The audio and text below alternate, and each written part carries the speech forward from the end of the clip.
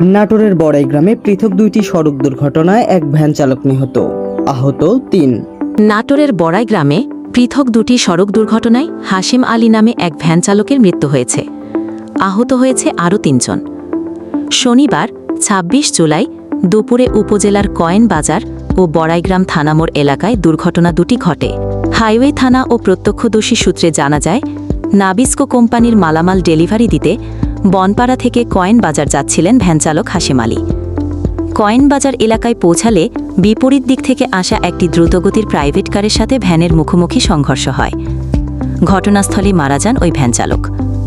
নিহত হাশিম আলী উপজেলার জুয়ারি ইউনিয়নের কাটাশকোল গ্রামের মৃত আবু বক্করের ছেলে।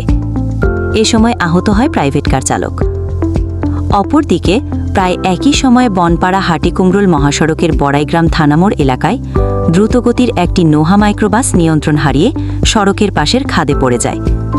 এতে মাইক্রোবাসের চালক ও মালিক দুইজনেই আহত হয়। খবর পেয়ে বনপাড়া হাইওয়ে পুলিশ দুর্ঘটনাস্থল দুইটিতে পৌঁছে মরদেহটি উদ্ধার করে পুলিশ হেফাজতে নেয় এবং আহতদের উদ্ধার করে বড়াইগ্রাম স্বাস্থ্য কমপ্লেক্সে ভর্তি করেন।